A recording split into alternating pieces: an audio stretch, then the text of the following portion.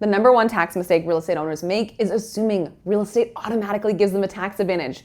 It doesn't. And that assumption is exactly how people learn about a surprise tax bill of tens or even hundreds of thousands of dollars on their return at tax time and have their tax position completely reversed in an IRS audit. And I'm Jasmine DiLucci. I'm a practicing tax attorney, CPA, and enrolled agent. I got my first tax license as an enrolled agent in high school, and now I practice tax and I spend a lot of time working on IRS audits, especially real estate audits, and a significant number of mistakes start with the assumption that investing in real estate always saves tax. In this video, I'm gonna walk you through three things. Okay, first, why real estate tax benefits are harder than you think. Second, the mistake that costs real estate owners thousands. And third, how to make sure your tax benefits from real estate actually stick.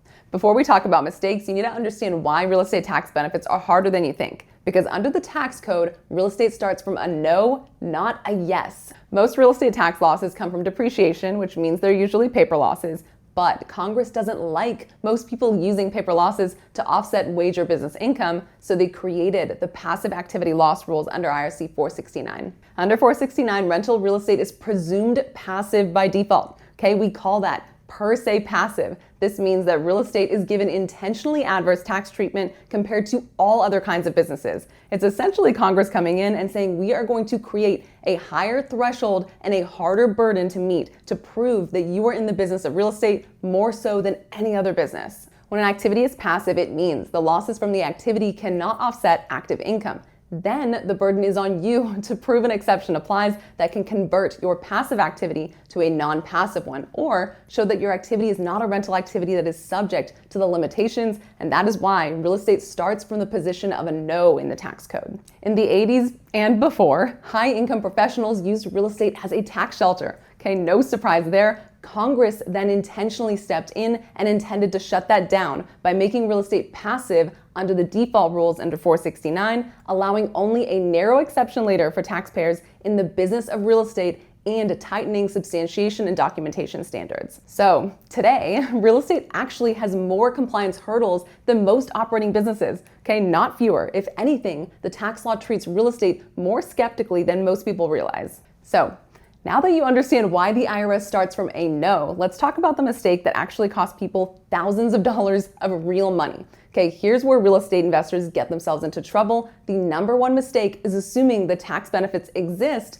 before you've met the requirements. People think, I own real estate, therefore I get the deduction, right? We've all heard the real estate social media hype from barely qualified tax influencers, but the IRS says, prove it to me with the legal burden of proof on you. There is no common sense presumption in your favor, okay? Especially if you have a W-2 job, a professional practice, another operating business. Under 469, if you don't meet the burden of proof, the loss is denied. One of the worst pieces of advice that I see online is just make it a short-term rental in December, and then you convert it to a long-term rental in January, right? Tax law follows substance over form. The IRS doesn't care what you call something. They care what actually happened and whether it was solely tax motivated. They apply the substance over form doctrine, the economic substance doctrine, and the step transaction doctrine. Okay, these are all fancy ways of saying they look at the facts of what happened. They audit 3 years later when the full story is visible. For example, if the facts show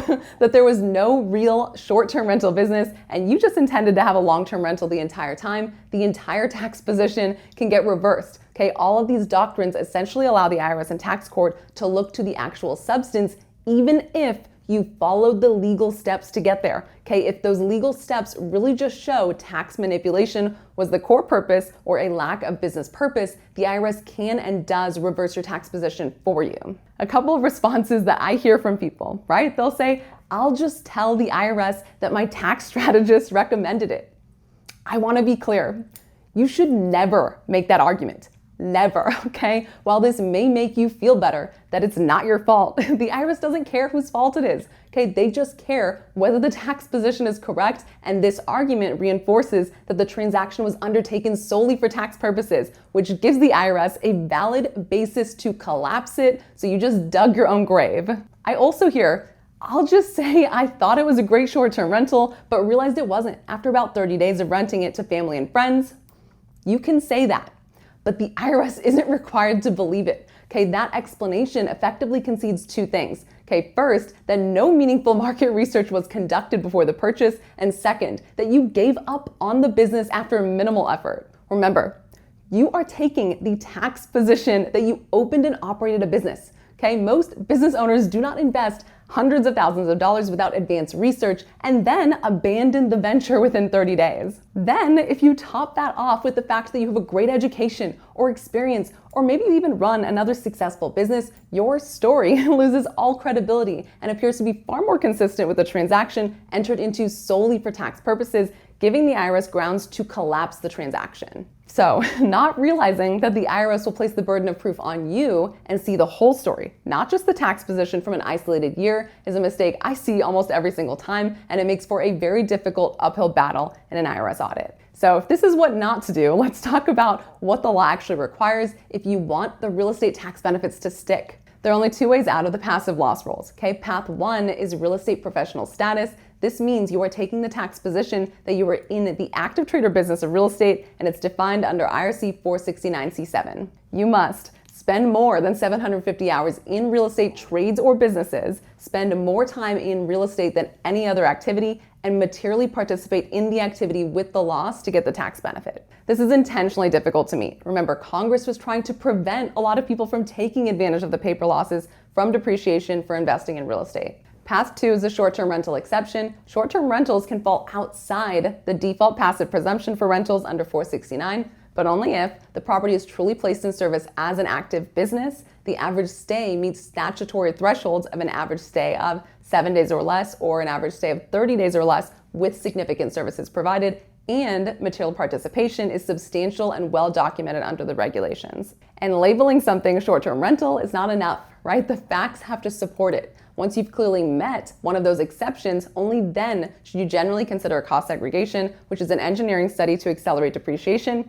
and not a magic tax wand. It only works to offset other W-2 or active business income if you meet one of these exceptions first. If you cannot show you are a real estate professional or running a short-term rental, the IRS can usually pretty easily remove your ability to take deductions for the activity if it's used to offset other active income. That means if your entire short-term rental activity is hinging on you renting out the property for 2 days to your mom, you just gave the IRS the easiest way to remove what could be hundreds of thousands of dollars in deductions.